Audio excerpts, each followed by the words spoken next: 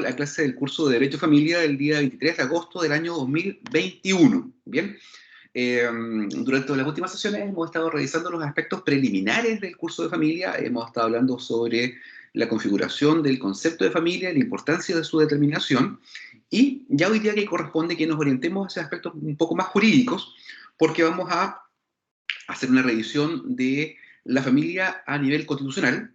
Hay mucho que decir al respecto. Justamente estamos en un estado y en un momento jurídicamente relevante en nuestro país a propósito de la discusión de la posibilidad de una nueva constitución y de también cómo podemos ir regulando ciertos derechos propios del derecho a familia que estén consagrados constitucionalmente, ¿ya?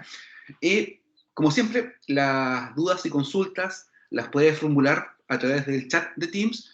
Durante el desarrollo de la clase les haré una presentación, expondré algunas ideas que les tengo preparadas para el día de hoy, apagaré la cámara en ciertos momentos para mejorar el tráfico de datos de la sesión, pero cuando abra pantalla para compartir y reflexionar, lógicamente prenderemos la pantalla para que generemos un debate mucho más enriquecedor.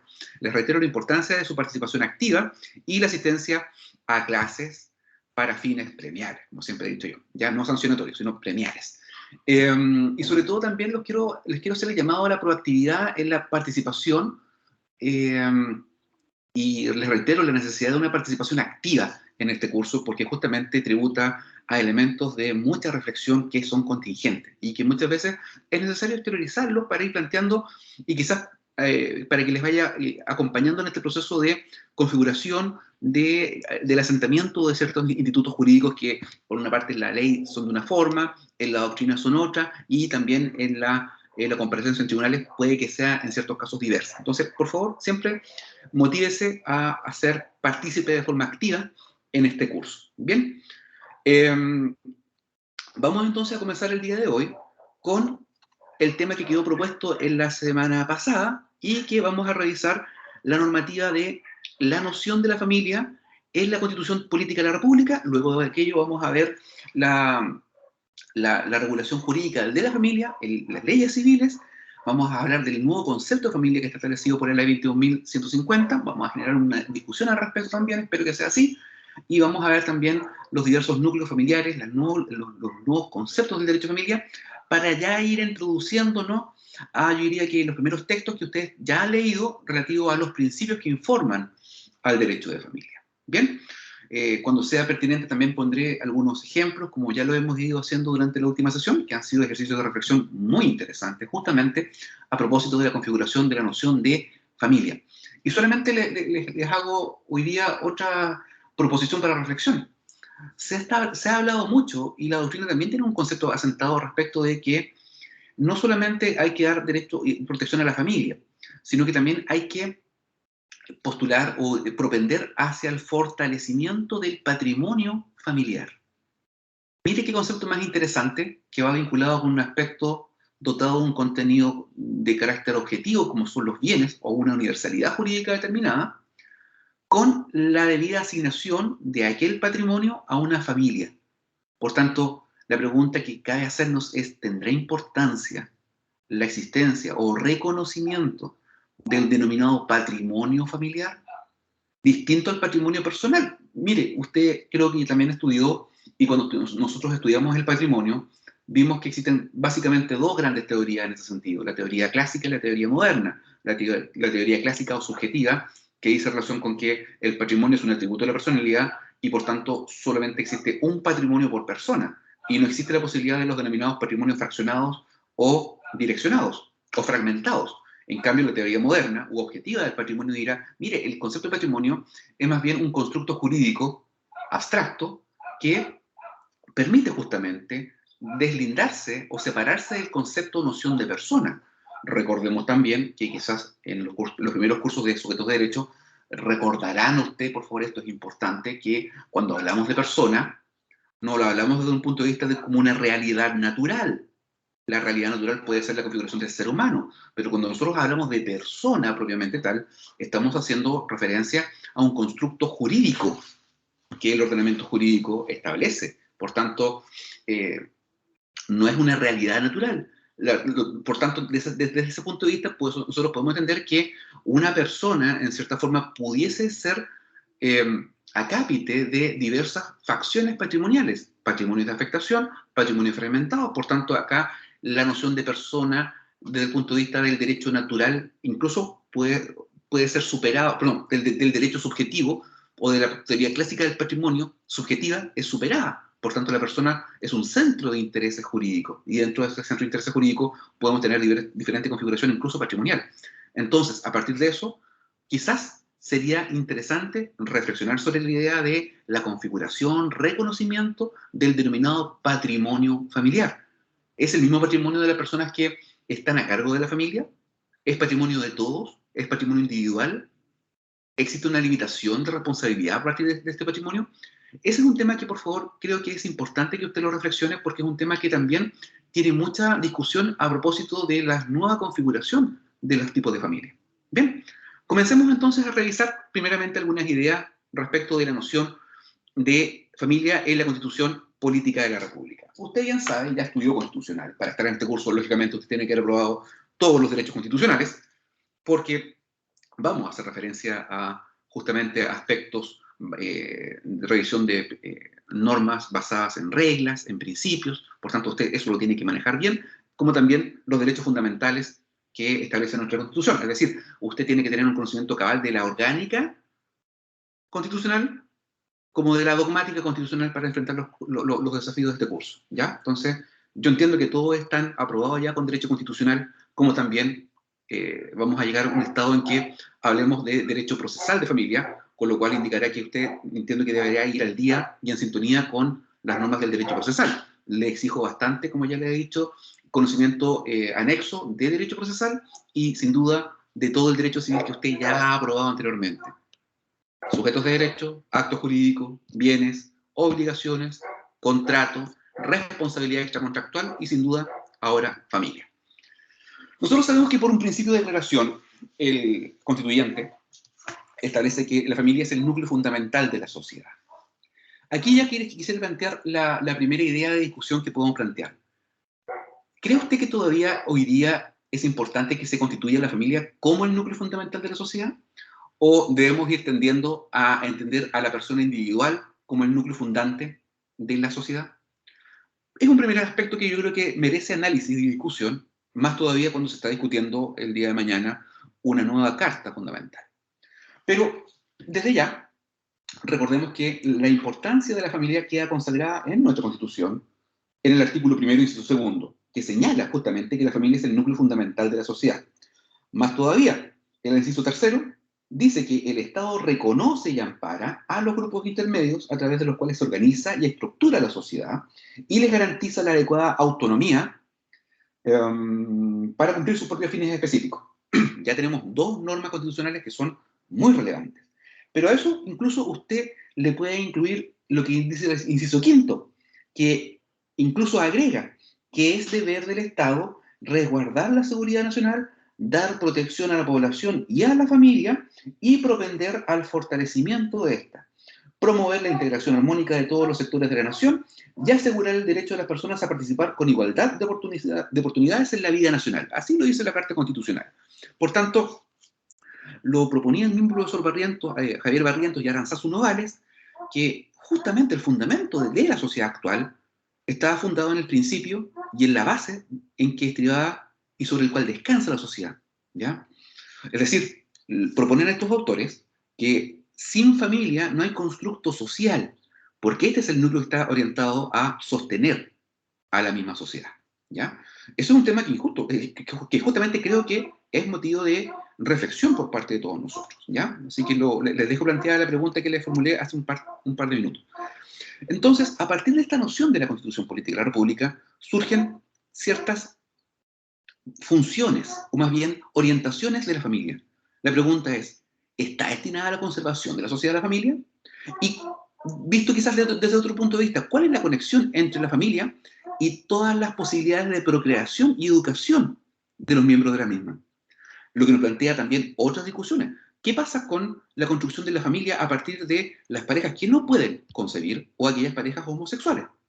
Por tanto, uno de los elementos que está en discusión es que hagamos referencia a que cómo se compone el núcleo de la familia. cuál es el núcleo familiar que reconoce la Constitución Política de la República, y posteriormente la que se configura a través de la protección legal que nos da la legislación civil de familia, ¿ya?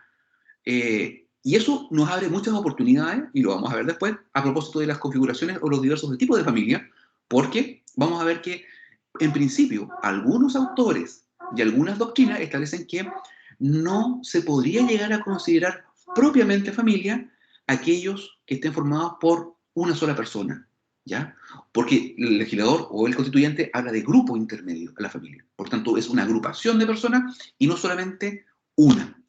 Insisto, es una posición, la vamos a abordar sin duda más adelante cuando hagamos referencia a las diversas tipologías y configuraciones familiares, ¿ya? Sin duda, entonces, la familia y la vida en ella constituyen un espacio vital en que las personas puedan perseguir y alcanzar su mayor realización espiritual y material posible. Y desde esa perspectiva, la propia base institucional, de la institucionalidad que nos propone la Constitución, que se declara en el inciso tercero del artículo 1 de la Constitución Política de la República, informa y explica el que la familia ocupe un lugar central en derecho de las personas, en cuanto que todos tienen un determinado estatus familiar, ¿ya? Eh, y ojo, esto no son meras declaraciones programáticas, sino que encuentran referencias en tratados internacionales. O sea, por favor, podemos ser críticos en cierto sentido de que efectivamente el producto constitucional que se está debatiendo el día de hoy, mucho dice relación con la legitimidad de las mismas normas, pero tampoco podemos desconocer que hay una serie de normas que encuentran consagración y apego en el derecho internacional de los derechos humanos, ¿ya? Que va más allá de la configuración inicial de la Constitución que tenemos el día de hoy. Porque, por ejemplo, lo que acaba de sostener el artículo primero y que vamos a ver más adelante reflejado en el artículo 19, es que esto lo podemos corroborar incluso con lo prescrito en el artículo 16, número 3 de la Declaración Universal de los Derechos Humanos, y también en el artículo 23 del Pacto Internacional de Derechos Civiles y Políticos, y todavía más todavía, en el artículo 17 del Pacto de San José de Costa Rica, que señalan efectivamente que la familia es el elemento natural y fundamental de la sociedad y tiene derecho a la protección de la sociedad y del Estado, ¿ya? Entonces, a partir de estas nociones y configuraciones, tenemos también que tener en consideración a qué se refiere o a qué tipo de familia hace referencia a la Constitución Política de la República. Y aquí es importante que tengamos también la visión amplia de diversos factores, sectores de la doctrina nacional que pueden tener algún influjo el día de mañana, incluso en la redacción de la nueva Constitución. ¿Cuál es la familia de que el Estado debe proteger? ¿Solamente la matrimonial o la no matrimonial? Pero entonces, ¿qué sucede con la familia natural? ¿Ya? Aquí vamos a encontrar diversas posiciones. Yo creo que quizás la visión más tradicional usted la puede encontrar con el profesor Corral Talciani, ¿ya? Insisto, yo mantengo personalmente visiones muy anacrónicas con el profesor Corral. Creo que es un jurista muy bueno en lo que dice relación con los aspectos de regulación del derecho patrimonial, pero creo que muchas veces en su visión del derecho de familia y del derecho de las personas entra a distorsionar la discusión a aspectos de carácter valórico y moral, de carácter religioso, que pueden directamente generar o alterar la discusión. Pero lamentablemente también tenemos que dar respeto a una posición determinada porque es una de las posiciones que bastante fuerza tiene en nuestra sociedad, ¿ya? La idea es que nosotros conozcamos todas las posiciones para que el día de mañana nosotros tengamos la madurez jurídica para adoptar una u otra, pero con valoraciones normativas, ¿ya? No solamente con creencias, que eso es lo que nosotros tenemos que ir deslindando desde ya. El del derecho se discute desde estadios neutros, para que de esa manera no se generen discusiones que sean propagandísticas, ya que muchas veces pudiese ser intervenir o alterar la discusión. Pero debemos reconocerla, que existe por lo menos, ¿ya? Corral decía que solamente se debería dar protección a la familia matrimonial, ¿ya? Y, lógicamente, el postulado es analizado desde un punto de vista bastante antojadizo, permíteme decirlo, y con bastante responsabilidad, porque, según él, parecería bastante obvio. A mí no me parece obvio. La Constitución no distingue, ¿ya? Por tanto, dice el profesor Corral que la familia o la Constitución siempre ha hecho referencia al modelo tradicional, al clásico, ¿ya? y que está fundada en el matrimonio. Creo que la realidad supera esa visión, pero son argumentos. ¿Ya? Dice también que el constituyente nada dijo. Bueno, la pregunta es que, ¿debería haberlo dicho? ¿Qué pasaría si lo hubiese dicho? ¿Ya? Por otra parte, creo que se hace una lectura errada por parte de los tratados internacionales, como ya le he dicho, porque, según el profesor Corral, se hace referencia a que, al hablar de familia, se considera una realidad que no la consideran como una realidad abierta. Pero, ojo, los constructos sociales van más allá de lo meramente descriptivo, ¿ya? Y que se fundaban en cuanto al derecho del ius nubi de la naturaleza humana vinculada a la posibilidad de unirse en matrimonio, ¿ya? Y, ojo, mire por favor el argumento del absurdo que da el académico acá, pero tengo que ponerlo porque me interesa que ustedes lo conozcan, que él señala que es absurdo pensar que el Estado tiene el deber de proteger y propender el fortalecimiento de uniones de hecho o parejas homosexuales. ¿Ya? Jóvenes, no nos sorprendamos. Generalmente en discusiones ético-valóricas y jurídicas vamos a encontrarnos con posiciones que no nos parecen. Y tenemos dos opciones. Ser más inteligentes que la situación y atacarla o reformularla con argumentos de peso jurídico, o eventualmente tomar una posición de no importarnos, pero creo que nuestra profesión no nos ha llamado al desencanto. Hay que enfrentar las situaciones, pero con argumentos jurídicos. Pero son argumentos que son propuestos por autores que eventualmente tienen un peso a la hora de la revisión de las normas del derecho a familia. Les planteo desde ya, me son completamente ajenas, me parece que son formuladas a partir de doctrinas basadas en visiones y valoraciones personales, más no jurídicas, pero son constructos que existen en la vida real, ¿ya? Pero lo podemos controvertir, que eso es lo importante, ¿ya? Por otra parte, vamos a ver que nosotros, ya les he dicho esto, todas estas nociones de familia que se recogen por parte de la Constitución tienen referentes internacionales, que no necesariamente están fundamentados en la posición normativa de la familia tradicional, ¿ya? Encontramos tratados internacionales que están fundados en el respeto y protección de los derechos humanos, ¿ya? De forma amplia. Por tanto, hacer una lectura quizás demasiado cerrada, como lo hace el profesor Corral, nos llevaría a limitar el ejercicio o la aplicación del derecho para determinados grupos y formas de configuración familiar, ¿ya? Porque acá, ojo, por tanto acá Barrientos y Novales, Javier Barrientos y Aranzazu Novales, dice, mire, ¿sabe qué? Mire, el Estado tiene el deber de darle protección a toda la familia, no solamente a la familia que se ampara en el matrimonio. Solamente les voy a dar un adelantamiento. Cuando hablemos del derecho a familia, vamos a ver que el mismo artículo primero de la ley 19.947, que es la nueva ley de matrimonio civil, dice que la familia es el núcleo fundamental de la sociedad.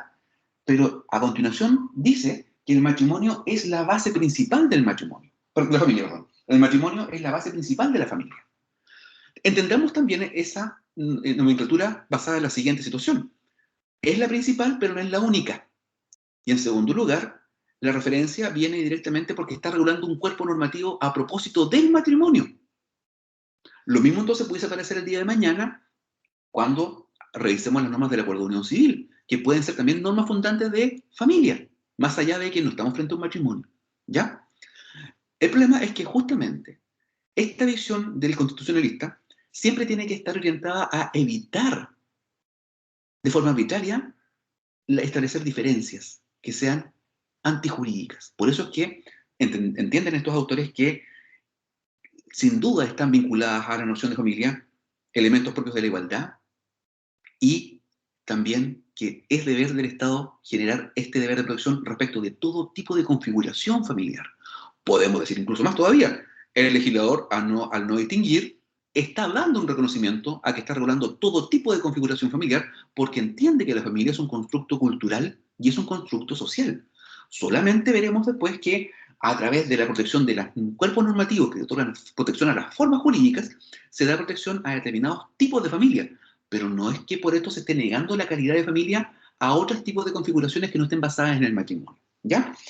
La importancia de la familia, sin duda, en un inicio puede quedar plasmada y bastante de manifiesto en la historia de discusión de la propia ley 19.947, que yo diría que sería importante que aquel que tenga interés en profundizar en estos temas pueda ir a revisar las discusiones que se plantean en este sentido, ¿ya?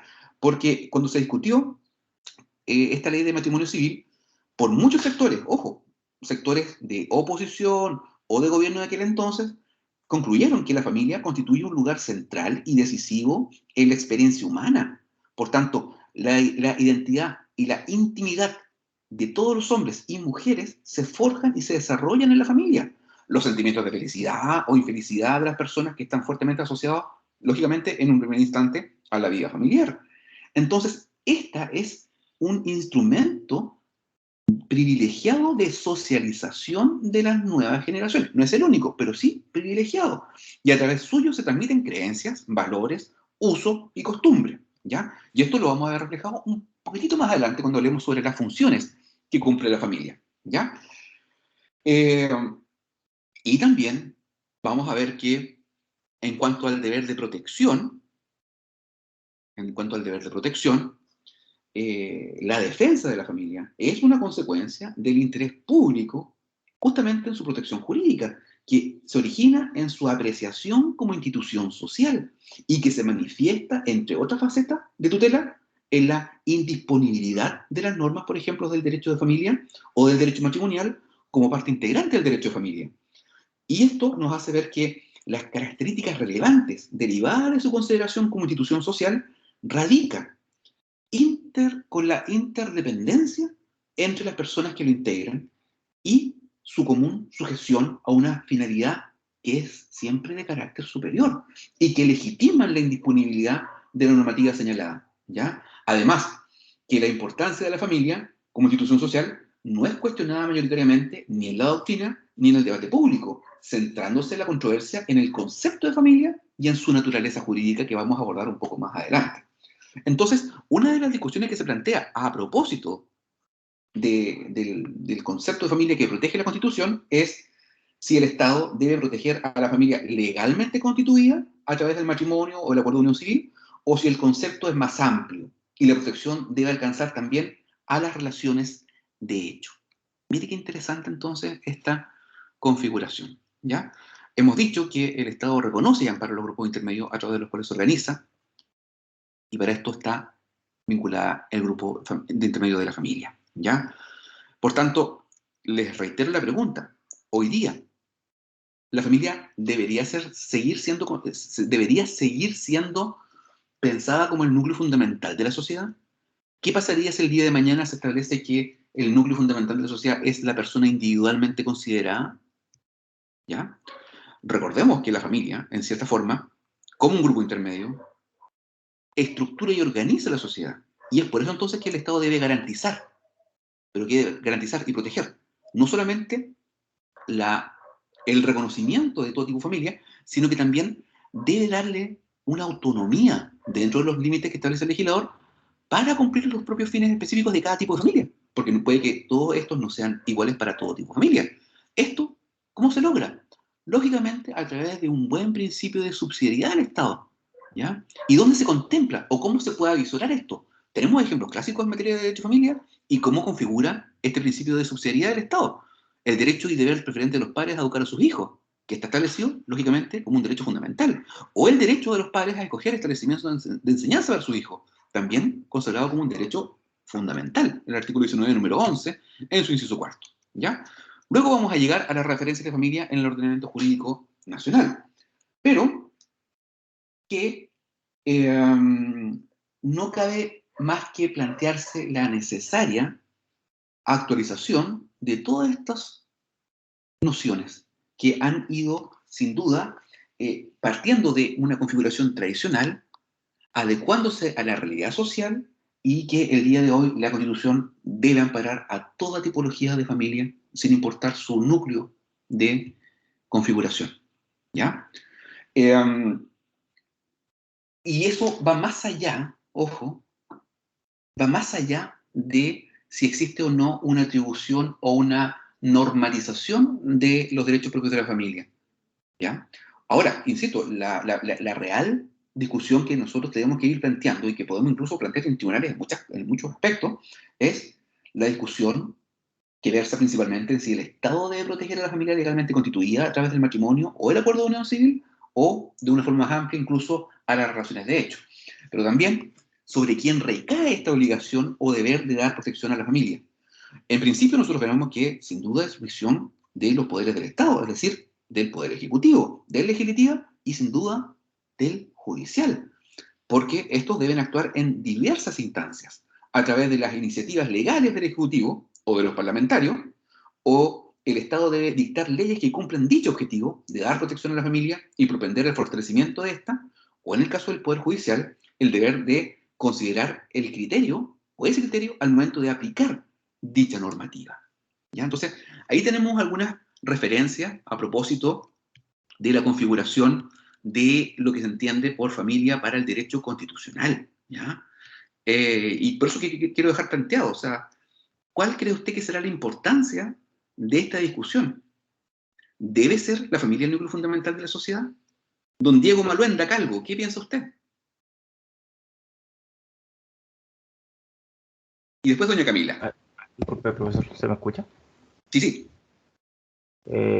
Sinceramente, respecto a la discusión, yo creo que la familia está como, el concepto de familia está como perdiendo relevancia, yo creo que hoy en día. O al menos se debería ampliar el concepto de familia, comprendiendo, me refiero a todos los tipos de familia, ya sea con ¿Por qué? un matrimonio, no matrimonio. ¿Por qué usted dice que se está perdiendo el concepto de familia? Yo creo que por lo menos las generaciones más jóvenes no necesariamente están como viendo la familia como algo importante o relevante en sus vidas, sinceramente. O sea, yo veo lo que siento como algo, como las generaciones más jóvenes. No es una... No se Una escucha. No, sí, estamos bien. Y, no, oye, Ah, y se agradece mucho. Siempre va a ser muy interesante escuchar todos sus planteamientos.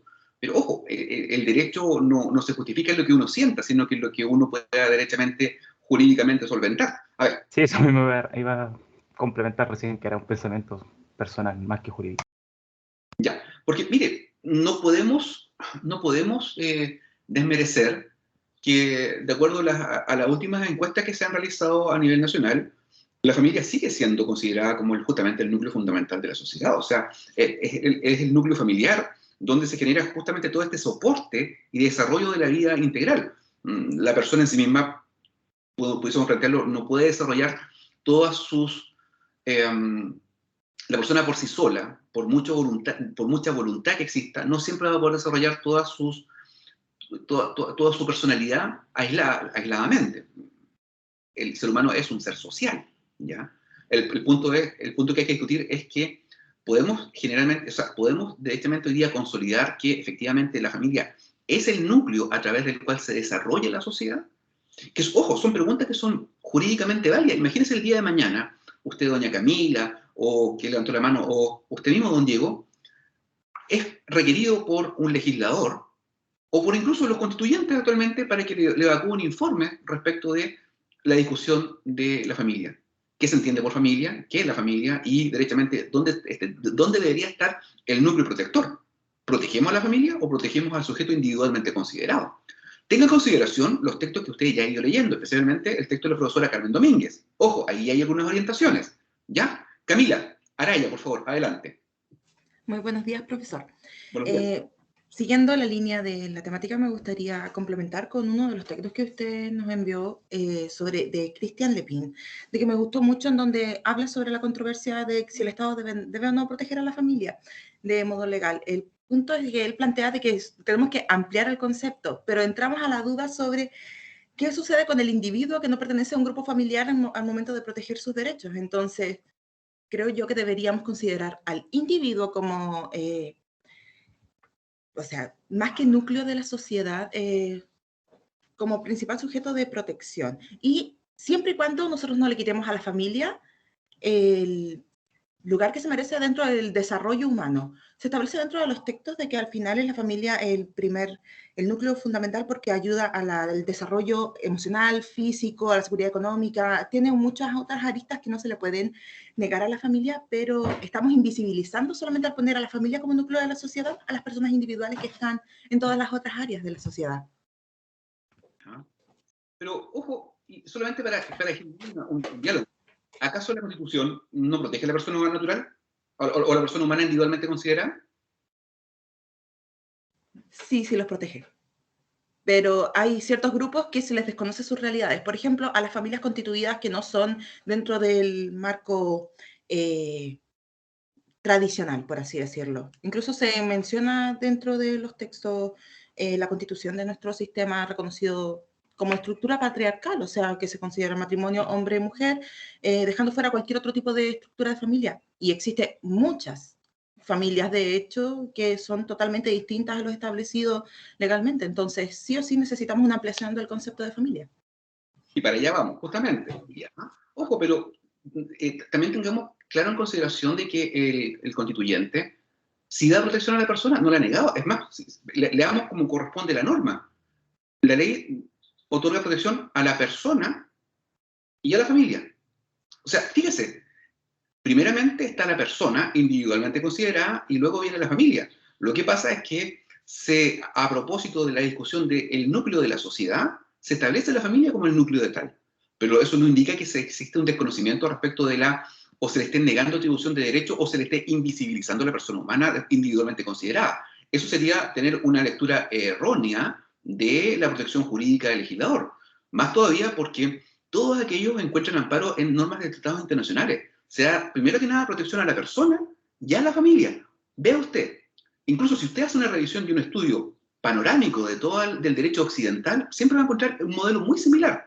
Podemos discutir efectivamente la configuración patriarcal o matriarcal histórica de cómo se constituyen los núcleos familiares. Y ahí puede ser justamente el mérito de discusión y de desarrollo del respeto y resguardo de igualdad de derechos. ¿Ya? Pero no olvidemos también que todas las normas, e incluso aquellas que son de carácter internacional y que más todavía están ratificadas por Chile, que se encuentran vigentes, ponen primero acento, el primer acento está puesto en la persona y luego en la familia. Lo que pasa es que al analizar el constructo de la sociedad, nos dicen, oiga, a propósito de la configuración de la sociedad, el núcleo es la familia. En ese sentido, todos los tratados que le he mencionado.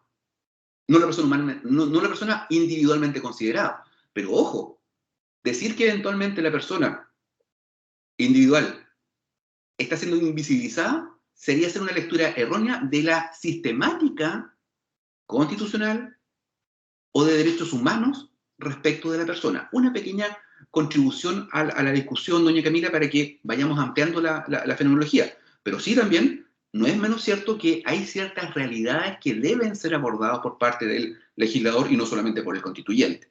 Y vamos justamente a ver en cuanto a que nosotros ya sabemos que el constituyente no hace referencia solamente a la familia matrimonial, habla de familia en sentido amplio. La pregunta es, ¿qué entendemos por familia, incluso cuando hablemos en sentido amplio?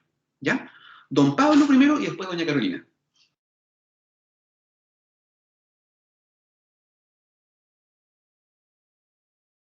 Aló, buenas. Muy buenos días, Pablo. Buenos días. Profe, le iba a hacer una consulta a propósito de derecho de familia y proceso constituyente. La Constitución española, en su artículo 32, reconoce al matrimonio como un derecho de las personas. Sí. Y por lo que he leído por ahí también, eso como que esa disposición constitucional garantiza de mejor manera, además de los derechos de todo tipo de personas, heterosexuales como homosexuales y también otros tipos de familias, incluso monoparentales. Garantiza así de mejor manera el derecho de adopción y el derecho de los niños y de las niñas a ser adoptados y no el derecho de los padres de adoptar, digamos. Exactamente. Entonces, es conveniente, digamos, la consagración constitucional del derecho de familia, aun cuando exista como el drama, digamos, como de la doctrina liberal de que el Estado finalmente se meta en las relaciones familiares. Eso era la pregunta. Es un tema muy interesante. Oiga, ¿y por qué es interesante todavía? Porque, como ya les adelanté en una clase anterior, que muchas de las normas del derecho de familia están tomadas del derecho civil español. Mire, la ley de matrimonio civil es muy similar a la ley de matrimonio civil chilena. porque fue tomada justamente de España. La norma de carácter del cuidado personal de los hijos, o la tutela compartida, custodia compartida, que se denomina ya, como acá cuidado personal compartido, fue tomado inicialmente justamente de la legislación española. Lo que pasa es que hay una discusión que es muy amplia en la incorporación de los derechos de diversa generación en las cartas constitucionales. Derechos de primera generación, de segunda generación, de tercera generación, derechos sociales, derechos económicos. Entonces, ahí tenemos que ir viendo cuál es la orientación de las normas que se van integrando a los procesos constitucionales. Normas principios, normas reglas, entre otras. Entonces, justamente, nosotros podemos plantear desde ya, si nosotros tenemos consagrado constitucionalmente un derecho, eso nos abre las puertas a exigirle al sistema jurídico que entregue una mayor y mejor protección. Por ejemplo, póngase usted el día de hoy, ¿qué pasaría si no estuviese protegido constitucionalmente el derecho de propiedad? ¿Habría esta protección tan amplia respecto de la propiedad en materia civil, en materia comercial, en materia penal? Posiblemente sería mucho más tenue, pero porque existe un mandato constitucional, es que el legislador tiene que, en congruencia con ese mandato, dotándolo de contenido normativo y perceptivo, para ir regulando realidades jurídicas que se vayan generando. No porque eventualmente vaya surgiendo por una necesidad socialmente exigida a través de los parlamentarios, sino que porque existe a través de un mandato constitucional. Lo mismo incluso, por favor, y permítanme que adscriba la misma situación, que es propia también del derecho a familia. Y, oiga, ¿y por qué no incorporar también a las personas mayores en el proceso constituyente? Porque eventualmente quizás a través de la configuración de a lo menos una nomenclatura inicial, lo constituimos como un sujeto de derecho especial. Lo mismo sucede con los niños, niñas y adolescentes. Los constituimos como un núcleo especial de protección. ¿Se da cuenta? Hoy día la familia está integrada a la Constitución como un grupo intermedio. Por favor, ¿recuerda usted cuando estuvieron en el Constitucional qué es un grupo intermedio? ¿Y cuáles son las consecuencias jurídicas de haber existido y de existir como tal? Existe un estatuto jurídico que se aplica en particular a este grupo. Existe un nivel de derechos que se le asignan a nivel constitucional a este grupo y que se perfeccionan a través del direccionamiento de las normas civiles sustantivas de leyes de menor jerarquía. Por eso que creo que justamente es importante lo que usted propone. Ahora, sin duda, la existencia, y esto lo digo personalmente, la existencia de un precepto constitucional tiene que ser lo suficientemente amplio para dar respuesta también a la satisfacción de todo tipo de derechos, de todo tipo de configuración de familia, pero también en igualdad de esos mismos derechos. Por ejemplo, entre aquellos, la posibilidad de adoptar. Pero también pensemos que el derecho moderno, y justamente a propósito de la adopción que usted plantea, don Pablo, siempre ha sido la misma. O sea, no es el derecho que tengan los padres para adoptar, si es el derecho de los niños, niñas y adolescentes a formar parte de una familia determinada. Y es el derecho visto desde esa perspectiva. Y ojo, le adelanto lo mismo. Lo mismo sucede cuando se establece o se discute la relación directa y regular. No es el derecho de los padres a mantener una relación directa y permanente para con uno de sus hijos, con los cuales, del cual no está bajo su cuidado, sino que es, y debe ser, siempre analizado desde la perspectiva del derecho que tenga el niño, niña o adolescente a tener este derecho de vinculación para con uno de sus padres que no es custodio. El derecho se debe tornar, y la protección debe tornarse y debe mirarse siempre desde el que está, está dentro de un factor de vulnerabilidad determinado. ¿A quién le compete el derecho? No es el derecho de los padres para tener una relación con los hijos, es un derecho de los hijos. Y mirado desde esa perspectiva se deben tomar las decisiones por parte de los tribunales de justicia. ¿Sería un avance incorporar normas constitucionales que dan protección a la familia? Sí. ¿Hasta qué punto? Al punto de que efectivamente no se torne en un catálogo ininteligible que el día de mañana vaya a generar una declaración que sea meramente meras declaraciones programáticas, que justamente eso es lo que debe evitarse en toda carta constitucional. Y ahí, lógicamente, obedecerá a la propia cultura jurídica de las personas que estén aportando este desarrollo jurídico también. Pero ¿sería un avance? Créame que yo creo que sí. Riesgos siempre los hay, como la hipernormativización de las normas del derecho a familia, en donde, como ustedes ya pueden ver, se ha discutido mucho. ¿Le damos este principio de intervención al Estado para que se inmiscuya en las relaciones de familia? ¿O es mejor tenerlo al margen y que solamente se inmiscuya en aquellos casos en los cuales efectivamente existe un atentado grave y que vulnere ciertos derechos que son también de relevancia social? No sé si con eso eventualmente podemos quedar claro con su consulta, don Pablo. Sí, es que me llamó la atención y siento como que me quedó más claro con lo que dijo usted respecto a que, no sé, pues en Chile que se escandaliza un poco con la regulación del derecho de la propiedad, incluso la misma Constitución, siendo el artículo más largo de los derechos fundamentales. Y así para abajo regula todo, o sea, como que es bien estricto en ese sentido. Entonces, si se regula, digamos, o si se reconoce, yo creo que la Constitución más reconoce que regula, se reconoce a la familia en la Constitución de una manera, digamos, como humanitaria, porque yo siento que, además o sea, siento que la Constitución del 80 es como bastante caprichosa como para definir conceptos, es como bien anticuada, como que siento que Jaime Guzmán como que habla ahí en la Constitución, entonces si se regula a la familia en la Constitución de una perspectiva humanitaria, siento que cambia el panorama completamente. Sin duda, y por eso mismo creo que también es importante tener en consideración las normas de interpretación de las normas constitucionales, ¿ah? Más allá de quienes hayan participado en su elaboración. Uno no esté de acuerdo o que algún sector pueda estar de acuerdo, ya. Oiga, pero mire, también le voy a dar otro ejemplo. Todas las constituciones son caprichosas en su elaboración y redacción, porque es un proceso humano. Y también es un proceso de carácter político. Ojo, en el buen sentido de la palabra, espero que así sea.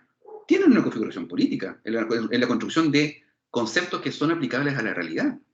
Por tanto, sin duda, el día de mañana, cuando se instituye o se empieza a regular nuevamente las normas del derecho a familia y si es factible o no elevarlas a nivel constitucional, también va a obedecer al arbitrio o al capricho de los constituyentes que entiendan o no un modelo u otro modelo. O sea, también va a ser fruto de la discusión social que se dé en ese sentido. O sea, ojo, lo que quiero decir con esto es que todo derecho objetivo, toda norma del ordenamiento jurídico parte por la necesaria discusión y que usted bien sabe, a partir de las fuentes del derecho, de elementos materiales. Y los elementos materiales son hechos son elementos fácticos, que se tornan jurídicos en la medida que justamente se les va dotando de juridicidad. Pero, ojo, más allá, si uno se puede analizar las constituciones de todo el mundo, o desde el punto de vista del derecho occidental, todas siempre han obedecido a constructos sociopolíticos de la época donde fueron redactadas ellas. Véase usted, o sea, ¿por qué se redactó la Constitución de Estados Unidos y la forma que se redactó en la época y que lógicamente estaba influenciada por todo el proceso del reconocimiento de libertades de las personas por el solo hecho de ser humano? O cómo se regulan después en Latinoamérica. También, entonces, todo ese a procesos de intersubjetivo, eso quiero llegar. Todos los procesos, o sea, no hay ningún proceso que sea extremadamente técnico o neutro a la hora de construirlo. A la hora de proponer una discusión jurídica ante el tribunal, lógicamente tiene que ser técnica, no política. Pero no podemos desconocer que toda ley, toda norma se construye en virtud de situaciones sociales y que nos conllevan a tomar decisiones políticas también. Es lo que dice relación con las relaciones humanas. Bien. Carolina, por favor, usted tiene la palabra también. Sí, buenos días, profesor. Justamente me quería referir a las relaciones humanas. Si nosotros, por ejemplo, nos fijamos en la familia, antiguamente existían tribus, han existido clanes, luego se fue vinculando todo lo que es familia, también cuando el ser humano fue conociendo la divinidad, las leyes religiosas, y le fueron dando un espíritu más sagrado, más cristiano, a lo que entendemos hoy en día como familia. Creo yo que el concepto de familia hoy en día es muy, por así decirlo vulgarmente, muy corto. Nos queda corto a las realidades sociales que hoy vivimos. Pero creo yo que este núcleo social tal vez a futuro cambie, a lo mejor ya deje de llamarse familia, pero siempre van a existir los vínculos humanos porque ya está, lo decía Aristóteles, que el ser humano que no está en sociedad es hasta un dios o una bestia. Entonces tal vez a futuro, imagínense una futura generación donde yo digo mi familia virtual es esta, o mi clan virtual es este. Y se empieza a regular en torno a las relaciones humanas, si vemos que empieza a protegerse la figura individual. Entonces yo creo que van a pasar siglos, la verdad, para que cambie el nombre familia, que ya deje de llamarse familia. Y también esto abarca mucho más porque ahora lo estamos viendo en relación a los hijos, de uno tener familia, pero la familia va mucho más allá porque uno tiene primos, uno tiene tíos, y eso es muy importante también a la hora de herencia, que también ahí se configura la familia. Entonces, yo creo que como somos seres sociales, yo creo que siempre vamos a estar unidos a un vínculo, sea con quien sea, o con una madre, con un padre, con alguna persona, porque todos necesitamos de ese factor humano. Y en relación a eso, la familia también es económica. Por ejemplo, en las mismas teorías de Keynes, de Adam Smith, la familia era el núcleo fundamental también en la economía. O sea, somos los que trabajamos, somos los que consumimos, somos los que producimos, somos los que ahorramos. Entonces, siempre la familia va a estar presente. Ahora digo yo que la familia no debe ser solamente en un vínculo de matrimonio, algo así, ya más con las leyes y todo eso, sino que también regularse a las familias de hecho, a las familias homoparentales, a las familias monoparentales. Creo que el concepto debe ampliarse, pero creo yo que como institución, yo considero que debiera de seguir existiendo la familia porque es importante. Muchas gracias por su aporte, Carolina, y créame que la idea justamente es ir desarrollando eso, porque quizás nos vamos a llevar una sorpresa, porque quizás, y eso es por favor, y esto es lo que estamos viendo aquí hoy día, es el reflejo también de la sociedad. La sociedad desconoce muchas cosas. Ustedes no, porque ustedes están llamados a tener un nivel determinado de conocimiento justamente en áreas que son técnicas, ¿ya? Y vamos a discutir a continuación también el concepto, o más bien la revisión o la regulación del derecho a familia a propósito de normas civiles y cómo se ha ido construyendo a partir de lecturas de artículos, nociones, a través de la jurisprudencia, nociones de lo que se llama la familia, hasta que por fin ya tenemos hoy día un concepto legal de familia, que ojo, es muy importante, y quizás usted se vaya a llevar más de una sorpresa, y quizás también vamos a ir venciendo ciertos derroteros que están lamentablemente consolidados en la sociedad, o con ideas erróneas por parte de la sociedad, ¿ya? Así que vamos a ir construyendo eso más adelante. Pero tampoco no quiero perder la oportunidad de que don Claudio pueda compartir con ustedes también una posición. Don Claudio, Andrés. Profesor, buenos días. No sé si me escucha bien, estoy con Muy bien. problemas de internet. Pero bien rapidito, en relación a lo que se ha conversado acá, yo creo que el concepto de familia concluimos todo que es bien amplio. Y si bien poner a la persona como el núcleo fundamental de la sociedad, personalmente a mí no me convence. Primero porque ¿será una persona sola familia? Yo creo que no, porque la persona es persona, digamos, y las familias se conforman a raíz de la persona. Por eso en un principio la Constitución, en el artículo 1, da esa protección a la persona en la igualdad de derechos y en su dignidad humana. Y en relación a la familia, si bien tenemos un concepto bien amplio, tenemos un concepto que no podemos restringirlo solamente al hombre y a la mujer. Cuando a mí me han preguntado cómo podría definir familia, yo siempre lo he dicho como este grupo, digamos, de dos o más personas. Porque en ese dos o más puede ser el hombre su cónyuge, ¿verdad? El hombre su pareja, o la mujer su hijo, pero no definiéndolo así por rol. Y sin embargo, ¿por qué creo que la familia es el núcleo fundamental de la sociedad, pero también me gusta definirla como la organización básica de la sociedad? Porque todo está estructurado a organizaciones, en una empresa, un colegio, una universidad, una facultad, un grupo de amigos, todo está organizado sobre una estructura, digamos. Y la familia cumple un rol muy importante dentro de toda la sociedad. Entonces, por eso yo siempre defino, digamos, a la familia como la organización básica de la sociedad, fundamental también, y creo que debe ser la que tiene que estar ahí en el centro, más allá de la discusión que se puede dar respecto a su composición, que para mí es dos o más personas. Muchas gracias por vuestra opinión, Claudio. Siempre es enriquecedor tener una visión amplia de todas las opiniones y que nos puede dar lugar a debate, ¿eh? Lo que usted hace posiblemente también puede generar la discusión de otra posición, pero lo importante es ser capaces de poder expresarla como usted también lo hizo muy bien. Le felicito la solidez de sus argumentos. Bien, doña Francisca Valenzuela, adelante. Hola, buenos días. Buenos días.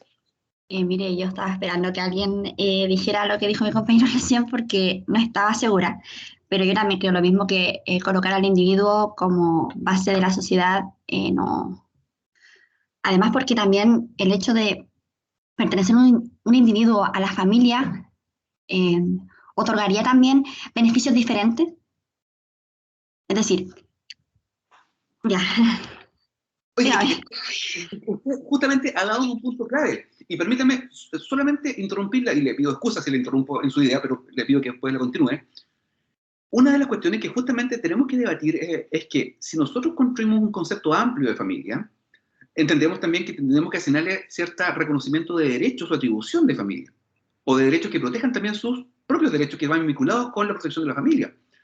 Si el núcleo se extiende demasiado, se dispersa, y la pregunta es, y lo planteamos quizás, cuando todo es un sujeto de derecho, finalmente nada es un sujeto de derecho.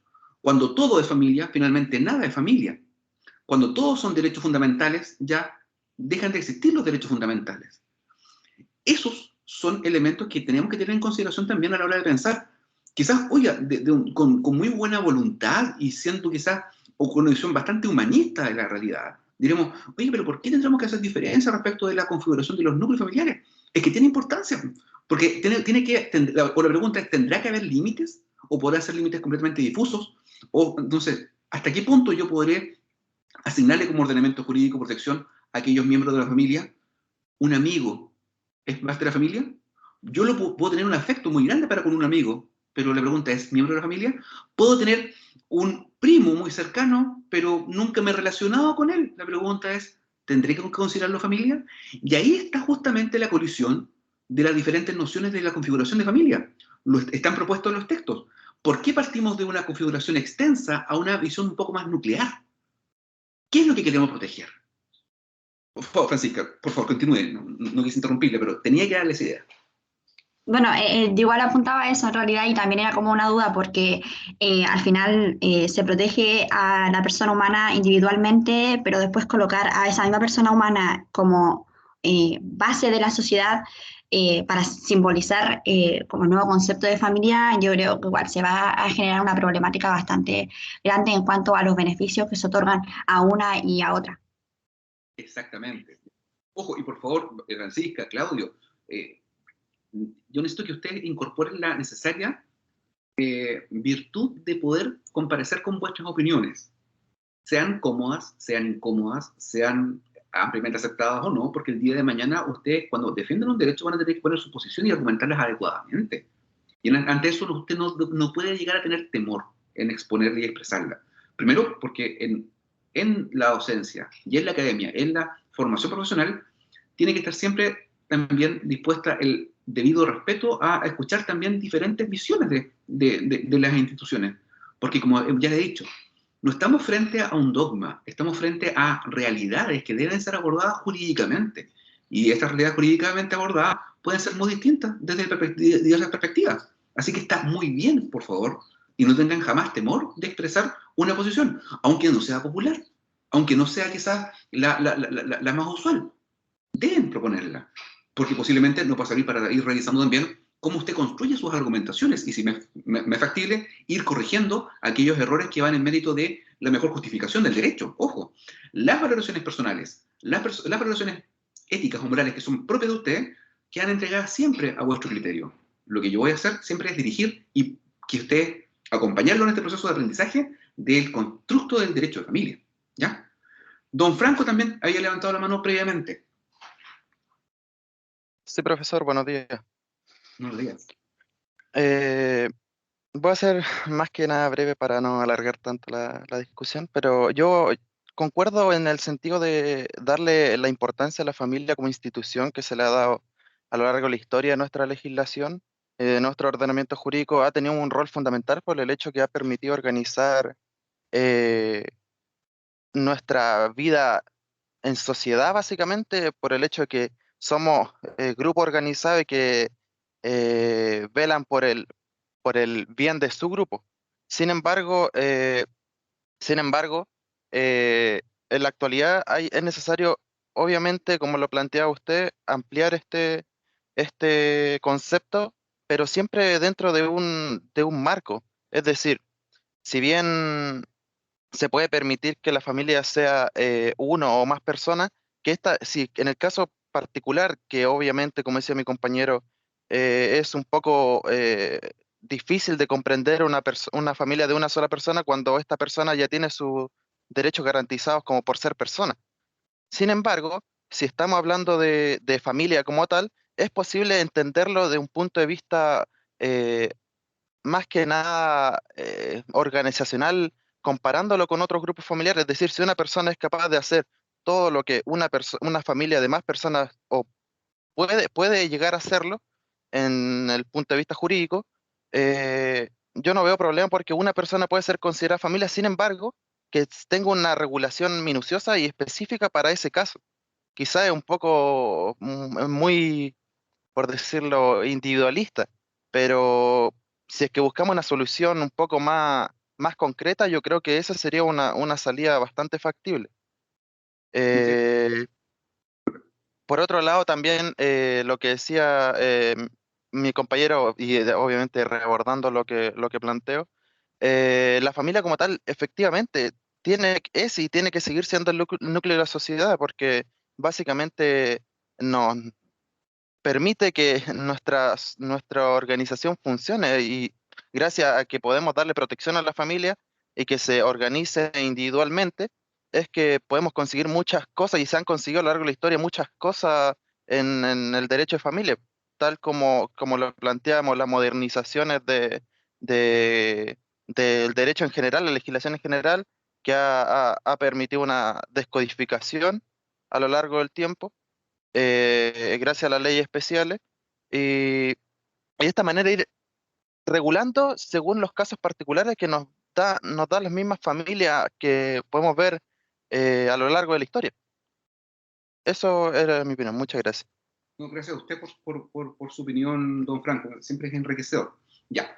Bien, creo que en ese sentido hemos tenido diversas visiones y que nos pueden llevar a diversas, incluso consecuencias de lo que ustedes han dicho y que quiero tratar de también de que vayamos avanzando justamente en que revisemos, por ejemplo, ahora eh, los siguientes contenidos, ¿ya? Porque es muy interesante, pero que habría cuestiones que discutir permanentemente.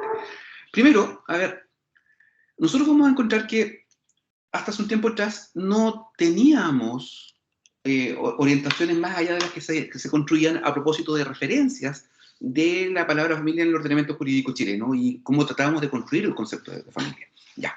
Por tanto, hasta antes de la dictación de la ley 21.150, para hablar de familia teníamos que ir, y de un punto de vista más jurídico, más allá de lo constitucional, jurídica, hablando de una ley de menor jerarquía, teníamos que hacer uso de las normas de integración del derecho. ¿Ya? Entonces, para tratar de construir el concepto de familia, algunos autores decían, mire, quizás una construcción un poco patriarcal, sí, en cuanto a que extraían del artículo 815 del Código Civil, a propósito de la regulación del derecho de uso o habitación, quienes comprendían la familia. Y fíjese usted, la norma es interesante porque en aquella época igual nos daba luces de ciertas aperturas respecto de ciertas situaciones. La familia comprende al cónyuge y los hijos, ¿ya? Tanto los que existen en el momento de la constitución de este derecho de usufructo, de uso o habitación, como los que sobreviven después. Y esto aún cuando el usuario o habitador no esté casado ni haya reconocido hijo alguno a la fecha de la constitución. Y también comprende asimismo el número de sirvientes necesarios para la familia. La pregunta es, y por favor pongámonos en ese sentido, ¿entenderemos, por ejemplo, a una persona que cumple labores domésticas en una casa como parte de la familia? Y es más todavía, la misma norma dice lo siguiente, comprende además a las personas que a la misma fecha vivan con el habitador usuario y a costa de esto, y las personas a quienes estos deben alimentos, ¿ya? Por tanto, a partir de esa noción, también se fue construyendo una suerte de definición legal de la familia, ¿ya?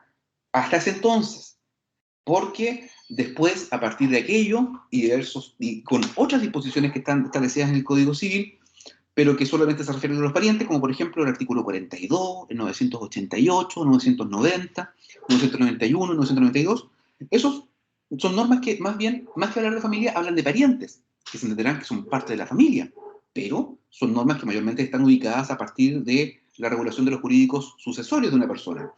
Entonces, siempre en un instante fue la jurisprudencia la encargada de ir construyendo una noción de lo que se entendía por familia. Incluso hay una sentencia muy interesante de la Corte de Apelaciones de Concepción. Bueno, yo siempre voy a hacer referencia a la Corte de Apelaciones de Concepción. No sé por qué, tengo una pequeña afición a la Corte de Apelaciones de Concepción. Da fallos muy interesantes y extraños, debe ser el clima. ¿Ya? El punto es que dice, el Código Civil no define a la familia en términos generales, sino específicamente para determinar la extensión, ojo, la extensión de los derechos de uso y habitación, tengamos esto en consideración. Entonces, cuando hablemos de familia, si nosotros encontramos un término y entendemos que podemos definir jurídicamente la familia, es porque queremos hacerle extensivos los derechos a todos los miembros por igual, ¿ya?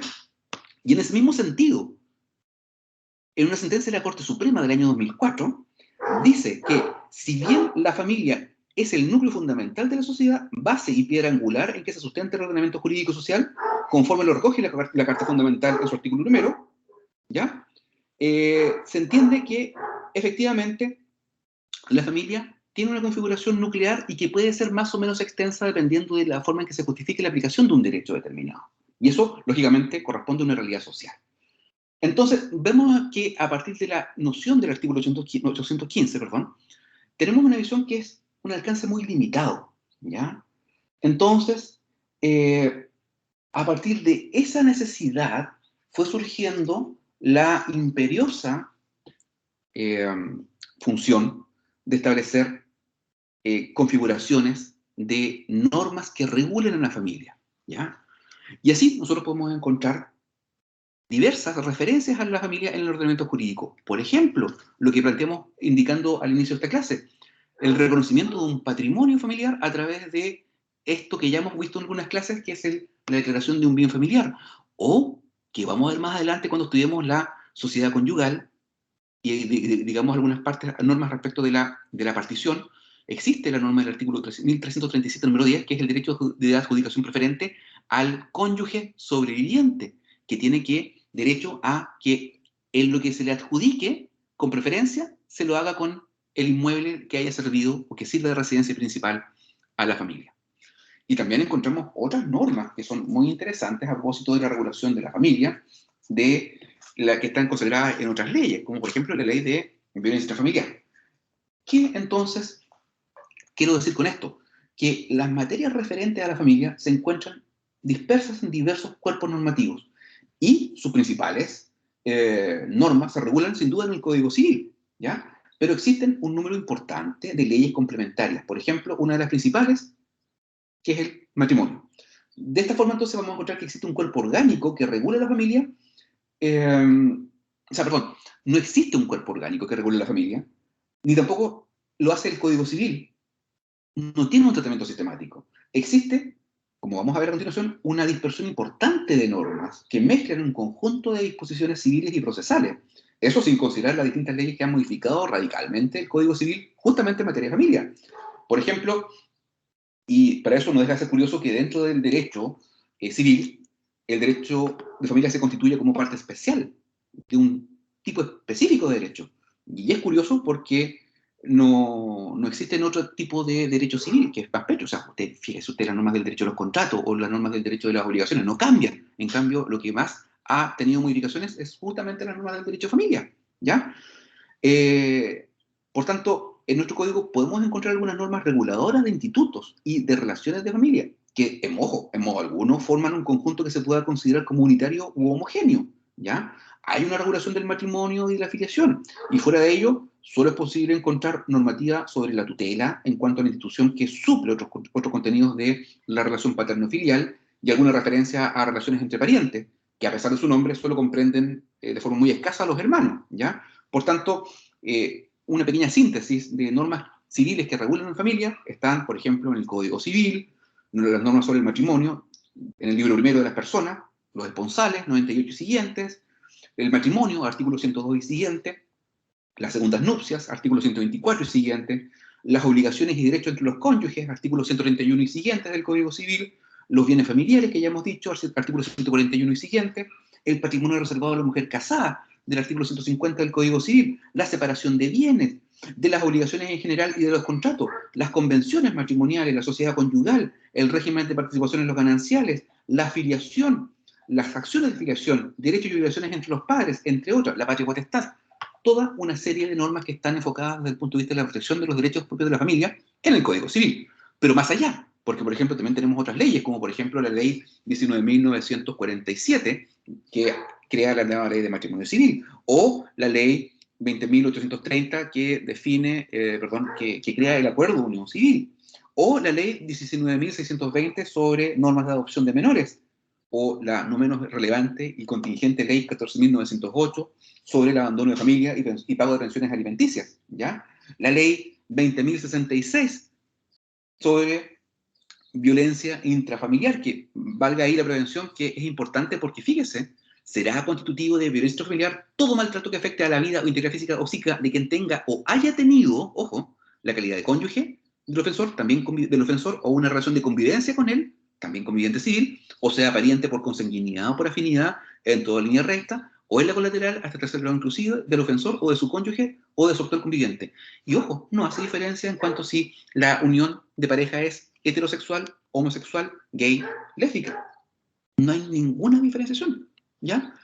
¿Es importante? Sin duda. Hay un reconocimiento explícito a una configuración amplia de la familia. También la ley 16.618, que es la ley de menores, o la ley 19.968, que crea los tribunales de familia, y también las normas del registro civil, ¿ya? Esto creo que ya lo he referenciado, también en materia de adopción, que también, ojo, y ahí muy bien quizás lo proponía Pablo en un inicio, que es una declaración que debería profundizarse, que el objeto es velar por el interés superior del adoptado y no de los adoptantes, y justamente lo que se debe amparar es el derecho a vivir y desarrollarse en el seno de una familia que le brinda afecto y le procure los cuidados tendientes a satisfacer sus necesidades espirituales y materiales, cuando ellos no le pueden ser proporcionados por su familia de origen. Esa es la función, por tanto, ese es el baremo con el cual deberíamos mirar la adopción. Lo que pasa es que actualmente, como no tenemos una regulación mucho más orgánica respecto, por ejemplo, de la adopción homoparental, esta es que no encontré un reflejo tan desarrollado, pero no es que no se pueda, como me plantearon el otro día, se puede adoptar siendo una familia monoparental, se puede ser adoptado por una pareja de hecho, también se puede. Es más complejo, pero igualmente se puede, ¿ya? Incluso parejas homosexuales también lo pueden hacer. Lo que pasa es que, lógicamente, es más complejo atendido una configuración de no regulación, pero no es que no se pueda, ¿ya? Y eso nos ha servido ¿para qué? Y aquí creo que vamos a dejar propuesto una idea muy interesante, porque justo el año, permítame, déjeme ver qué año se dictó esta ley, el año 2019. Fíjese, el año 2019, esta es una norma que es muy reciente, y con esta norma ya podemos ir venciendo algunos derroteros, quizás más tradicionales, de lo que se entiende por familia. Porque fíjese que justamente acá la ley, que lo que hace derechamente esta ley es introducir una modificación a la ley que crea el Ministerio de Desarrollo Social y Familia, establece un concepto legal de familia. ¿Y qué es lo que nos dice?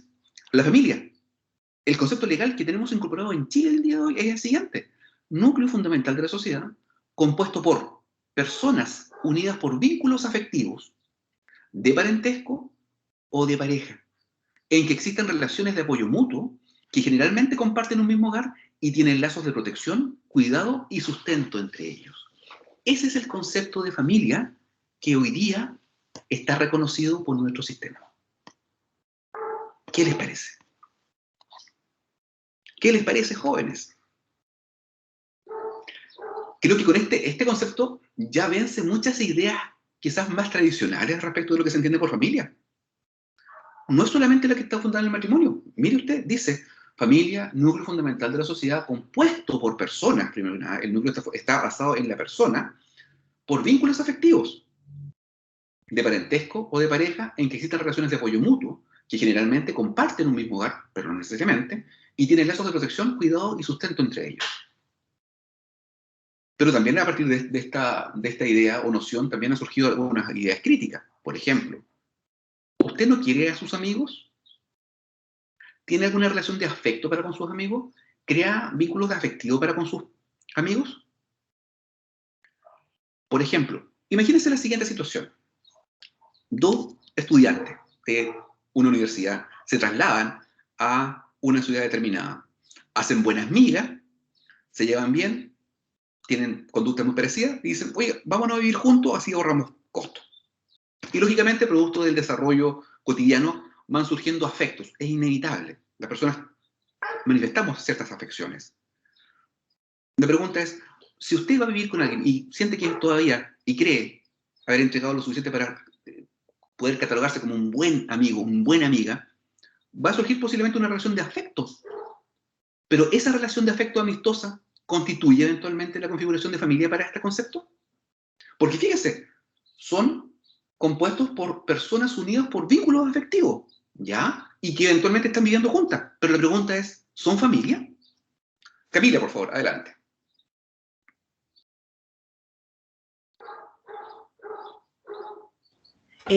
Profesor, me llamó mucho la atención su ejemplo porque es algo que pasa en mi familia y me gustaría ejemplificarlo porque en la diversidad vamos a encontrar muchas opciones. Mi tía tenía una mejor amiga de casi infancia que ella perdió toda su familia por trágicas muertes y a los 16 años ella se quedó sola. Entonces, después de ese tiempo, mi tía se fue a vivir con ella, empezaron a realizar sus actividades económicas y de a poco ella se fue incluyendo en la familia. Actualmente ella es madre, su hija es parte de nuestra familia y la hija vive con mi abuela y nosotros pasamos de tener un vínculo solamente de amistad a través de mi tía a incluirla dentro de nuestra familia. Legalmente no tenemos ningún tipo de filiación, no hay nada que nos diga ella es mi tía, ella es mi prima pequeña, pero llevamos los últimos casi 20 años de nuestras vidas viviendo en conjunto como familia sin ningún vínculo legal. Entonces, yo creo que depende de las personas cómo definan la familia, porque ella pasó de ser una amiga a ser familia. Bueno, veamos qué dice el derecho, porque si el día de mañana su pariente, por muchos, esta persona que es afín a su familia, que se adscribe al núcleo familiar, fallece, veamos qué dice el sistema jurídico. ¿Lo considera familia? Lamentablemente no lo considera familia. No, efectivamente, incluso nosotros nos preocupa mucho porque Mirza, que es nuestra sobrina, ella tiene actualmente 9 años de edad, es nuestra familia. Ella vive con mi abuela, vive con mis tías, su proceso educativo ha sido completamente formado por nosotros y nosotras principalmente, y aún así sabemos que en caso de que le sucediese algo a mi tía Caro, que es su madre, ella no hay posibilidad alguna que se quede con nosotros, a pesar de que, por ejemplo, mi tía sea su madrina. No tenemos ningún tipo de posibilidad de que se reconozca este tipo de familia. Es que justamente, ojo, es que no se habla del reconocimiento de la tipología de familia, sino que se entiende desde el punto de vista de la protección de los derechos de aquellas personas que están adscritas a un vínculo jurídico, que desde ya ahí tenemos que ir tomando nota. Porque, ya hemos dicho, las formas jurídicas dan garantía de la aplicación del derecho. ¿Y cuál es un problema que es recurrente? Se nos puse un ejemplo en la clase anterior. ¿Qué pasa, por ejemplo, con aquella persona que está casada, que está separada de su mujer por más de 20 años, realiza su vida en común, durante los otros 15 años vive con otra persona, una pareja, y fallece la persona, el día de mañana, ¿quién hereda? Hereda la familia que esté jurídicamente protegida. Entonces, creo que también eso es un elemento y es un llamado importante a que si se quiere dotar de juridicidad a una relación, debemos contar justamente con la asignación de aquellos derechos que nos atribuye el ordenamiento jurídico. Y si no los atribuye, buscar las herramientas que establece la legislación para otorgar ese grado de protección. Porque justamente lo que usted propone es algo extremadamente común. No porque usted diga que es familia, va a ser familia. Veamos qué dice el legislador y veamos lo que dicen los tribunales. Usted no va a ir a funar un tribunal porque le dice, oye, ¿sabe qué? Yo quiero quedarme con el cuidado personal de esta persona menor de edad, pero resulta que no tengo ningún vínculo consanguíneo, de parentesco, o ningún vínculo jurídico que me haga, o que me otorga, o que me asigne un derecho. Y posiblemente venga el día de mañana una persona que tenga un mayor derecho, que tenga un vínculo jurídico, parentesco por consanguinidad, imagínese usted, diga, ¿sabe qué? Yo quiero el cuidado personal. Pero ¿por qué si no es parte de su familia? Pero eso es lo que nos propone el legislador. Entonces, ojo con esas cuestiones que no dejan de ser llamativas, ¿eh? Porque se suelen construir falsas realidades, lamentablemente. Porque aquí tenemos acá lo que se produce fenomenológicamente en cuanto a la asignación de la calidad de familia. Lo que yo creo que es familia, desde un punto de vista material, a lo que jurídicamente corresponde a que es familia, más allá de las diversas configuraciones de las tipologías de familia. ¿Cómo entregamos protección de los derechos de las personas que forman parte de un grupo determinado?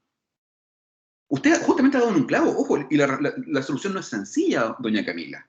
Y para eso justamente tenemos que construir ideas, construir herramientas de protección para aquellas figuras que eventualmente el día de mañana no tienen una garantía de aplicabilidad del mismo derecho. Porque, por ejemplo, en ese caso, imagínense, su pariente de facto, su familia de facto, fallece. ustedes no heredan. La familia de facto de su parte fallece, sobrevive la persona que usted refiere con su hija o su hijo. No hereda. ¿Por qué? Porque no tienen legitimación jurídica para demandar la aplicación de un derecho. Entonces, no confundamos lo que queremos o creemos respecto de una institución con aquello que efectivamente se consolida desde un punto de vista normativo. Si hay falencias, hay que mejorarlas. Como por ejemplo, oiga, desde un punto de vista hereditario, ella no tendrá derecho a ser una asignataria forzosa. Pero ojo, si usted quiere garantizar que se le asigne algún derecho, haga un testamento y asígnale lo que la ley le permite que usted pueda asignar, la cuarta de libre disposición. Entregue la configuración de aportación de un derecho con un tutor o curador si esto es menor de edad. O sea, hay herramientas que se pueden ir planteando en ese sentido para ir protegiendo ciertos derechos que no están consagrados por no caber dentro de la configuración jurídica de los derechos que se le asignan a aquellos que son miembros de una familia. Por tanto, imagínense, si el día de mañana esa persona menor de edad no tiene su madre, la pregunta es, ¿podría demandar derecho a alimentos para con ustedes? No. ¿Por qué? Porque ustedes no están dentro de ninguna de las categorías del artículo 321 del Código Civil. ¿Y quiénes deben alimentos? Los ascendientes, cónyuges, descendientes, colaterales y aquel que hubiese realizado alguna donación extremadamente grande. De eso estamos hablando, justamente. Camila, no sé si usted creo que tenía otra, había levantado someramente la mano. Lo que pasa es que parece que mi configuración familiar está totalmente fuera de los cánones y de los estándares que establece, por así decirlo, la familia. Por ejemplo, mi padre no es mi padre biológico y en este momento yo estoy en proceso de cambio de nombre porque quiero que yo, cuando egrese, tener el apellido de mi padre que me crió. En este caso yo estoy reconocida y resulta de que estuve conversando con el consultorio jurídico de la universidad y sobre alguna posibilidad de poder realizar la impugnación de la paternidad.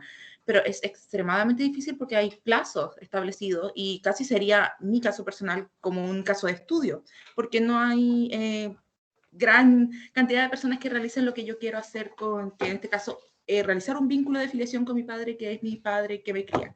¿Y cuál es la razón? De que él ya es una persona mayor y ha tenido hartos conflictos de salud y resulta de que cuando se trata de ir a ayudarlo, de realizar los trámites por parte de él, yo no tengo ninguna posibilidad de hacerlo. Tuvimos que llamar a un pariente que tiene casi 80 años para que pudiese ayudarlo en los momentos críticos. Entonces... Disculpe, Camila, pero que justamente eso se debe al desconocimiento del uso de las normas del derecho a familia, porque efectivamente, si una persona quisiera hacer un trámite respecto a otra, basta que tenga un mandato general de administración. No necesariamente tener un vínculo de parentesco para poder hacerlo. Sin duda, muchas veces las instituciones mal normadas dicen, no, es que tiene que venir un pariente cercano. Bueno, pero que ojo, eso se soluciona con un mandato general de administración. Ahora, lo que usted plantea lo vamos a estudiar más adelante cuando veamos la afiliación y, lógicamente, para poder reclamar la afiliación que no se tiene o para poder impugnar una afiliación, hay ciertos plazos para poder hacerlo. Lamentablemente es así. Lo que eventualmente existe como una vía alternativa también es que usted pueda cambiarse el nombre, que es otra cosa, pero la afiliación queda legalmente ya determinada por la que se hizo. Y si no se reclamó dentro de los plazos determinados, derechamente no se puede configurar. Sin duda, haciendo una revisión de antecedentes particularmente podríamos llegar a otra conclusión, pero básicamente es eso, ¿ya? O sea, y eso, ojo, porque es interesante, y lo vamos a ver también a propósito de las normas del derecho a familia, que las normas del derecho a familia, por regla general, generan no son de aplicación temporal, sino que son de aplicación permanente, a diferencia de las normas del derecho civil o de los contratos, que son de aplicación transitoria, ¿ya? Entonces, ojo, tampoco quiero que vayamos viendo de la configuración o el acerto que usted indica que usted está fuera de los cánones. Ojo, ¿cuál es el canon normal? Ahí hay un error de concepción, lamentablemente, en cuanto a que, ojo, uno puede entender materialmente a miembros de la familia, pero jurídicamente la tutela no va a alcanzar a todos. Y eso no quita ni merma eventualmente que nosotros podamos eventualmente considerar a determinadas personas como incluidas dentro de un núcleo familiar. Porque como usted ya vio, la misma ley 21.150 reconoce que la familia surge a partir de personas unidas por vínculos afectivos. Por vínculos afectivos. La pregunta es, vamos viendo después de qué forma el ordenamiento jurídico va otorgando protección jurídica a esos vínculos, o a todos. Lo vamos a ver también más adelante cuando estudiemos el caso de las uniones de hecho, ¿ya? Entonces, hay que ser bastante reparos en cuanto a las configuraciones que usted expone, porque, ojo, No confundamos dimensiones que son diferenciadas. Lo que yo materialmente entiendo como por familia, que es legítimo porque la familia forma parte del constructo social, sociocultural de una agrupación humana. Pero distinto es que determinada asociación humana tenga una configuración jurídica, una protección jurídica. Si la tiene, la aplicamos. Si no la tiene, tenemos que buscar qué otras herramientas surgen para su aplicabilidad. Pero no meterlo todo en un mismo saco. Porque, insisto, por ejemplo, es erróneo pensar que porque usted eventualmente, y se agradece la confianza que nos permite construir el conocimiento, que a partir de una relación paterno-filial que va más allá de lo filiativo, sino que va en cuanto a la atribución de una función de afectos, usted entiende que su padre, aun cuando no es el biológico de su padre, si usted quiere, usted lamentablemente, mientras no tenga la configuración jurídica o la filiación determinada, no va a poder exigir ni tener los derechos que el ordenamiento establece para aquella relación jurídica. Ese es el problema que surge. Y la pregunta es, ¿tiene herramientas para poder buscar una solución? Las hay, y hay que estudiarlas.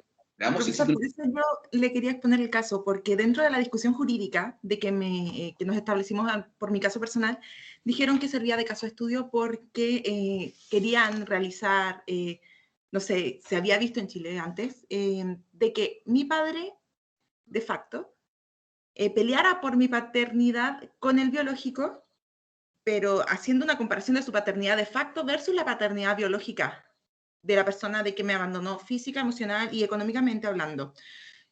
Obviamente esto fue solamente discusión con los abogados que en el minuto me conversaron, pero sirve mucho para ver y configurar nuevas realidades, porque si es un caso de estudio, puede sentar precedente para empezar a cambiar la normativa o para que jurisprudencialmente empecemos a ver otro tipo de configuración de familias. Pero si ya está la configuración de familia, pues. Se lo estoy diciendo, 21.750. Me pican las manos por su caso, pero no puedo. Ya, permíteme seguir avanzando un poquito, Camila, porque quiero ver una cosa, pero es muy interesante lo que usted propone y agradezco mucho su visión. Permíteme, por favor, ir revisando algunos contenidos previos, porque no quiero quedarme solamente en discusiones que han sido muy enriquecedoras, ¿ya? Bueno, entonces, ojo, tenemos esta nueva noción de lo que se entiende por familia el día de hoy a través de la norma que introduce el artículo 21.150 en el artículo primero y que nos da este concepto que es bastante amplio. Ojo, lo podemos discutir en otras sesiones más adelante. Pero a partir de esto, ¿qué es lo que justamente existe? La configuración de la necesidad de enfrentarse a un nuevo concepto jurídico de familia. Porque ya hemos revisado la evolución del concepto de familia en sus distintos aspectos. Sin embargo, estamos conscientes también de que se trata de una institución que corresponde a una realidad social, por lo que resulta ser esencialmente dinámica y por lo tanto se justifica no definirla legalmente hasta este entonces, ¿ya? Aunque sí, es necesario que, como se hizo incluso doctrinariamente, en el entendido que la definición, el concepto, que son representaciones del estado actual de la institución. Por eso es que quizás algo muy similar a lo que establece el artículo 21.150 es que nosotros podemos definir también quizás un poco más doctrinalmente la familia como aquella grupo de personas que se conforman una comunidad de vida basadas en el vínculo de matrimonio o acuerdo de unión civil, del parentesco o derivadas de relaciones de convivencia afectivo-sexual. O sea, va en el mismo mérito de que lo que pone el artículo 21.150, ¿ya? Entonces, en ese sentido, nosotros vemos que la propia ley 21.150 y el concepto que propone comprende las distintas formas de familia, incluidas las derivadas de relaciones familiares constituidas a través del matrimonio, del acuerdo de unión civil o de la simple convivencia o relación de hecho, así como también las que derivan de la afiliación, de la adopción y de las técnicas de reproducción asistida, ¿ya? Por tanto, ojo con esa visión. No confundamos el concepto de familia o el concepto jurídico de familia con la protección normativa y jurídica que se le asignan a las diversas tipologías de familia, porque no son lo mismo. Por eso es que nosotros, por una parte, nosotros podemos tener un concepto amplio o nuclear, extensivo o restringido de lo que es familia, pero otra cosa distinta es abordarlo desde el punto de vista de los derechos que protegen a los miembros de aquella agrupación, ¿ya? Y eso nos habla directamente de la necesaria función de entender, oiga, entonces, ¿cuál es la naturaleza jurídica? ¿Cuál es la naturaleza jurídica de la familia? ¿Ya? Un poquito más atrás, ¿ya? ¿Cuál es la naturaleza jurídica de la familia? Mire, no me quiero extender mucho porque usted lo puede encontrar esto en los manuales que son parte del curso, pero tenga en consideración que Determinar la naturaleza jurídica de una institución consiste en establecer la calificación jurídica de la misma, lo que, en definitiva, en este caso, tiene una alta trascendencia, no solo por los fines académicos, sino que también por conocer los límites de la institución y las normas que se pueden aplicar de forma supletoria, ¿ya? Ojo, la cuestión no es irrelevante desde el punto de vista práctico. La identificación de la naturaleza jurídica sirve para dar contenido a las expresiones o conceptos de textura abierta contenidos en la regulación normativa y, lógicamente, también ayuda a elegir los factores de decisión que aparecen aludidos por el legislador, ¿ya? Entonces, eso también tengámoslo en consideración. Tratar la naturaleza jurídica de la familia implica desentrañar su esencia, cuestión que evidencia, como hemos visto, según el desarrollo de la doctrina, una misma diversidad de inconvenientes observadas en el intento de definir jurídicamente la familia, ¿ya? Por eso es que han existido diversas posiciones o escuelas que han tratado de decir, oiga, la familia tiene la siguiente naturaleza jurídica. La primera de ellas es la tesis de la personalidad jurídica de la familia, ¿ya? O la tesis de la familia como organismo jurídico. O también, quizás la más tradicional, de entender la familia como una institución, ¿ya? Tenga usted entonces esas tres visiones o teorías de la familia, porque antes de llegar a ver las tipologías de familia, quiero plantearles también algunas ideas a propósito de las funciones que desempeña la familia a partir justamente del concepto que nos da la ley 21.150. Porque ustedes ya mismos ya han expuesto y han avisorado que la familia cumple una serie de funciones básicas para el desarrollo del individuo, ojo, y de la sociedad. Y eso permite el desenvolvimiento de manera integral. Por tanto, tenemos diferentes funciones que puede cumplir la familia. Primero encontramos una función biológica, ¿ya? La familia, sin duda, es un espacio en que el individuo desarrolla su vida sexual, su vida reproductiva, permitiendo de modo natural la perpetuación de la especie, ¿ya? Ahora, esto también pongámonos en sintonía con la tecnología. Debemos considerar que con el avance de las técnicas de reproducción humana, la ciencia ha sustituido la relación de pareja, por lo que la reproducción no depende en estos casos de la relación sexual de los padres necesariamente, ¿ya? Tiene una función biológica, pero también tiene una función educativa. A través de la familia se socializa a los hijos en cuanto a conductas, hábitos, valores. Pero tampoco podemos desconocer que la familia cumple una función económica. La familia permite cubrir las necesidades económicas de los integrantes en sus distintos ámbitos, como la educación, alimentación, salud, habitación, vestuario, recreación, etc. No podemos negar entonces que la familia como institución es funcional al individuo, pero no menos funcional al Estado, ya que como unidad económica asume los costos de las actividades que eventualmente podrían corresponderle al Estado, como por ejemplo la educación o la salud. Y también yo creo que quizás una última función que puede llegar a cumplir la familia es una función protectora, ¿ya? Y esta no es una función que deje de ser importante, porque la familia asume, yo creo que es una función importante que asume la familia, justamente la protección de sus integrantes, especialmente de los más débiles, como los niños, niñas y adolescentes, las personas incapaces y las personas mayores, como los ancianos, ¿ya? Ahí tenemos entonces otras funciones que son propias de la familia, ¿ya? Me queda revisar someramente, y les pido que me den solamente unos 5 minutos, no quiero dejar esto pendiente para así la próxima clase ya comenzar con las normas del derecho de familia y los principios que informan el derecho de familia. Quiero compartir con ustedes unas pequeñas ideas respecto de los tipos de familia, ¿ya? Porque como usted bien sabe, también usted ya lo ha referenciado, durante muchos años la sociedad se ha estructurado, por lo menos desde el punto de vista jurídico, en base a la familia matrimonial, que pudiese ser un escenario propicio para la satisfacción de las necesidades básicas de los individuos, tanto en el orden material como espiritual, y propicio también para la organización y perpetuación de la especie.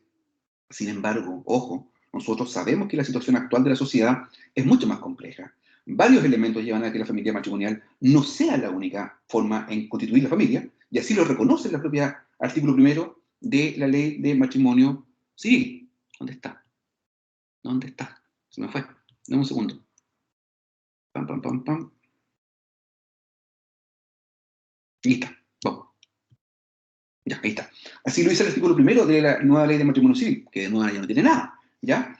Dentro de estas circunstancias se encuentra la incorporación, por ejemplo, de la mujer al trabajo, los avances médicos que le permitieron controlar, por ejemplo, la maternidad, el aumento de la esperanza de vida, la postergación de las decisiones de casarse, privilegiando, por ejemplo, proyectos personales, laborales o profesionales, la existencia del día de hoy del divorcio vincular, la relativa o que yo diría que hoy día relativiza bastante el matrimonio, entre otros, ¿ya? En consecuencia, hoy es bastante usual hacer referencia a familias matrimoniales, familias de hecho, monoparentales, ensambladas, cada una con sus particularidades que deben ser reconocidas por el derecho.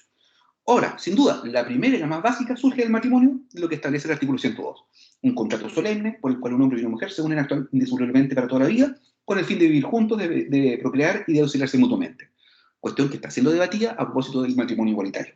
Los cónyuges y sus hijos conforman entonces lo que se ha denominado la familia matrimonial, también llamado conyugal o nuclear. Si consideramos a los otros parientes por consanguinidad o por afinidad, por ejemplo, los abuelos, los tíos, los primos, adquiere la denominación de una familia extendida, pero está normada jurídicamente. Ahora bien, en el caso de la convivencia, es importante que hagamos una distinción entre el acuerdo de unión civil y las relaciones de hecho. Porque en el caso del acuerdo de unión civil se trata de una unión formalizada legalmente a través de un acuerdo que establece una serie de derechos y obligaciones que están consagrados en la ley 20.830. Eso sí, no obstante, al exigir que se celebre un contrato, seguirá existiendo familias que se encuentren en una relación de hecho. Y lógicamente, vamos a ver más adelante que estas relaciones de hechos y estas familias de hecho están caracterizadas por la relación o el vínculo de pareja que no está sancionada por el matrimonio ni por el acuerdo de unión civil y que está más bien constituida por relaciones de carácter afectivo que se producen al margen de la normativa de familia existente y dentro de las cuales, y según el grado de estabilidad, podemos mencionar la simple unión libre, el concubinato y la convivencia more uxorio, ¿ya? Pero por otra parte también debemos reconocer que la familia monoparental corresponde a aquellos hogares formados por el padre o la madre con hijos menores de edad o incapaces que se encuentren a su cargo y que no tienen una pareja estable con la cual convivan. Aunque, ya, nosotros tenemos que también considerar que también a los hijos mayores de edad, ¿ya? Sin duda, ¿qué es lo que muchas veces, de un punto de vista sociológico, ha dado origen a estos hogares o familias monoparentales?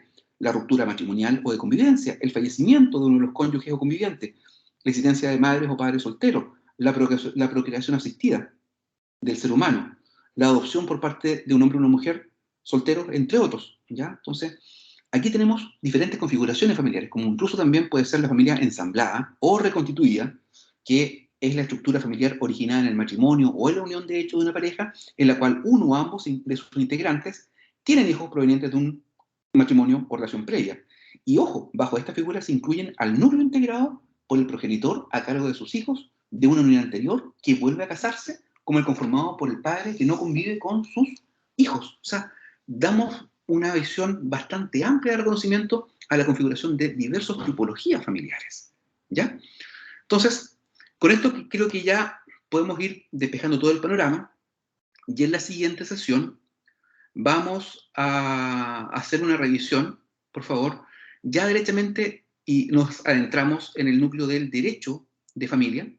Vamos a ver el derecho de familia propiamente tal, sus caracteres, sus principios y también vamos a empezar a hablar de los principios que informan al derecho de familia. Por favor, aquí ya es importante que usted haya leído acabadamente los textos 1 y 3 que están asignados en Moodle, porque a partir de eso vamos a hacer un ejercicio que me gusta hacer todos los años del texto de la profesora Carmen Domínguez, ¿ya? Lo dejo ahí planteado desde ya para que lo vayan pensando, meditando, porque lo voy a preguntar en la siguiente sesión. Bien, jóvenes, les agradezco su tiempo adicional. Hoy día estuvo extremadamente interesante la clase y sobre todo todos los aportes que hicieron ustedes en su visión, ¿ya? Previo a terminar la clase, para no dejar con la mano levantada, don Carlos Ramírez, por favor, tiene la palabra.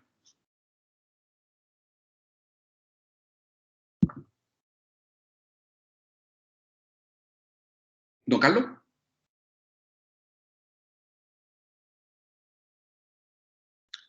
Veo la mano levantada, don Carlos, pero no lo escuchamos. ¿Se me escucha ahí? Ahora sí. Ya, que no me funciona el micrófono, disculpe. Lo que pasa son preguntas del texto, son muy cortas. En primero quería preguntarle cuál se podría considerar como patrimonio reservado del marido y si la compensación económica ocurre antes o durante o después del matrimonio una vez que se termina.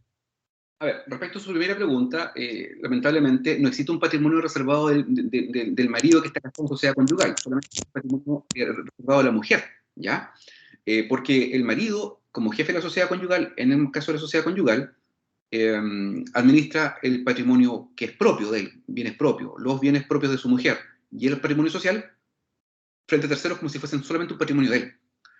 Entonces, la ley, para garantizar una suerte de igualdad jurídica y una ventaja, le entrega a la mujer este patrimonio reservado a la mujer casada, del artículo 150, que en el caso en que ejecute una labor separada de su marido, ella puede administrar libremente el contenido del mismo. Pero no existe un patrimonio que sea reservado solamente para el marido. No existe, ¿ya? Y respecto a su segunda pregunta, cuando se habla de la compensación económica, y lo vamos a estudiar cuando estudiamos sobre todo el divorcio, y los efectos del divorcio, la compensación económica tiene por efecto compensar el menoscabo económico que se haya producido durante el desarrollo del matrimonio. Por tanto, la compensación económica solamente tendrá validez y puede ser demandada cuando se esté demandando tanto la nulidad o el divorcio. No procede durante este vigente el matrimonio. Solamente se puede demandar una vez que se esté demandando ya sea la nulidad o el divorcio. Y ahí el artículo 62 de la Ley de Matrimonio Civil establece una serie de factores que sirven para poder determinar el quantum de su erogación, o cuánto es el monto que debe ser compensado, ¿ya? No sé si con eso preliminarmente le respondo. Sin duda todas esas preguntas van a ser también resueltas más adelante. Sí, usted me resolvió las dos dudas. Lo que pasa es que estaba leyendo el texto y efectivamente apareció eso del patrimonio reservado al marido, y yo tenía entendido que existía un patrimonio que no entraba en la sociedad conyugal, pero se me hizo muy ajeno eso de patrimonio reservado al marido. Entonces, ¿eso ya no aplicaría hoy? Definitivamente. No. Ojo, por favor, le pido quizás vuelva a leer. Lo que pasa es que, a ver, vamos a ver después, cuando estudiemos sociedad conyugal, y eso va a ser un mérito de una revisión más pormenorizada, vamos a empezar a revisar los distintos bienes que ingresan a la sociedad conyugal cuando hay sociedad conyugal. Acuérdense que no todo matrimonio necesariamente tiene que estar bajo el régimen patrimonial de sociedad conyugal, puede estar bajo el régimen de participación en los gananciales, donde el estatuto jurídico es distinto, ¿ya? Pero ojo, vamos a ir viendo que se puede dar el caso en que existan bienes que no ingresen a la sociedad conyugal, pero eventualmente tienen una configuración muy, muy excepcional, ¿ya? Pero eso no constituye un patrimonio reservado, como lo establece respecto a la mujer, ¿ya? Doña Carolina, por favor, usted sigue y después don Jorge. Sí, profesor. ¿Sabes que se me olvidó el nombre? Era un tipo de familia. Estaba parentesco, era con E. Se me olvidó, discúlpeme. Bueno, pero mi segunda pregunta es respecto a... cuando usted dijo de que no habían como definiciones legales en textos, código, algo así, ¿qué es lo que es ese texto que venden, que el código de la familia, que son como 2 textos? A mí siempre me ha llamado mucho la atención.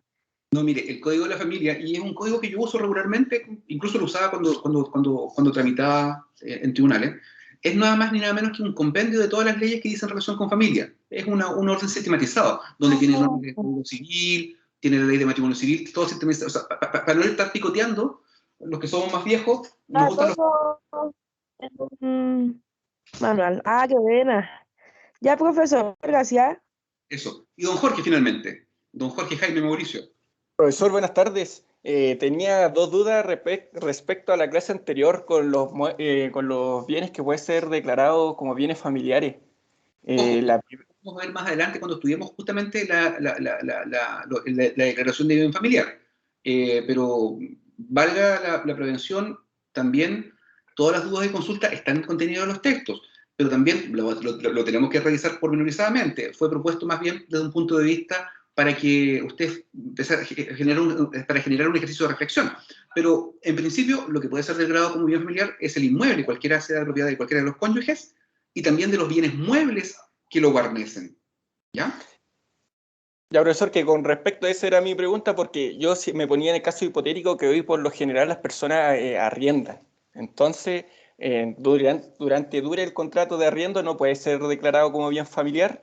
No, porque directamente tiene que ser de propiedad de la familia. O sea, primero que nada, puede ser designado como un bien familiar el bien raíz que es de propiedad de cualquiera de los cónyuges. Por tanto, si no está en propiedad, no puede ser declarado bien familiar, porque la declaración de los bienes muebles deviene accesoriamente de lo principal, que es justamente el bien raíz, que está siendo declarado como bien familiar. O sea, no pudiese ser declarado justamente como bien familiar los bienes que guarnecen el hogar que es arrendado. Ah, ya, profesor, gracias. Eso, bien. Bien, jóvenes, les agradezco mucho por vuestra asistencia, atención y sobre todo participación, y les reitero la necesidad de la lectura de los textos números 1 y 3 del MOOC, y nos vemos en la clase del día miércoles. Que tengan una muy buena jornada. Chau, chau. Hasta luego, profesor. Hasta luego. Profesor. Profesor, que esté bien.